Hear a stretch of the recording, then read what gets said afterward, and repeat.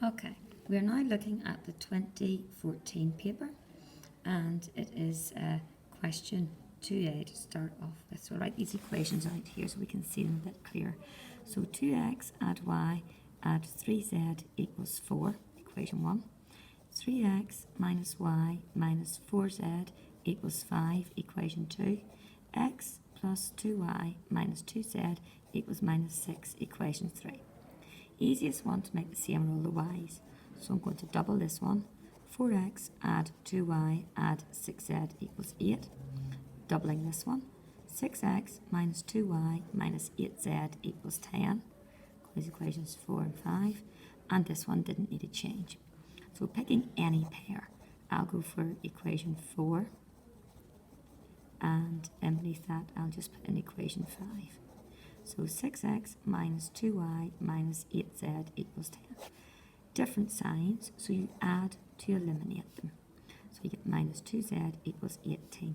I would be inclined to divide everything there by 2 just to make the work that little bit easier. Pick another pair, so I'll just go for equation 5. And we'll go for equation 3. So it is x plus 2y minus 2z equals minus 6. Different signs, so add them to eliminate them. That disappears. Minus 10z equals 4. Call this equation 7 and this one should be called 6. So let's write these out. Equation 6 and equation 7.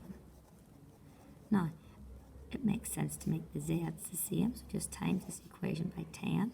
So 50 minus 10z equals 90. This one just stays as it is. Now, same signs, subtract this time to eliminate. 43x equals 86, so x equals 2. Take this and substitute it into any of your two variable equations. I'll just pop it into equation 6 there. So 5 times 2, take away z equals 9, so z equals 1. And pop that into one of your three variable equations. So just pop it into equation 1. 2 times x is 4 plus y plus 3 times z equals 4. So y, 7 add y equals 4. So y is minus 3. Now, from that same paper, we're going to have a look at question 6. The height above the ground of a football at time t seconds after it's been kicked is by that equation. Find the range of values when the height is above 8. So if you take your equation in there, minus 5t squared, add 20t, add 0.5. It's from the equation there. You want to know when we are more than 8. So when is it above 8? So it's quadratic. Put everything onto one side. So plus 0.5 minus 8. Tidy that up. Sorry, that should be a 0.5. Minus 7.5. I would be inclined to change all the signs so I have got a positive quadratic. Make sure you reverse that inequality there. I need to find the critical values. So A is 5, B is minus 20, and C is 7.5. Just using a quadratic formula. Minus B plus minus square root B squared minus 4ac all over 2a. Minus 20, b squared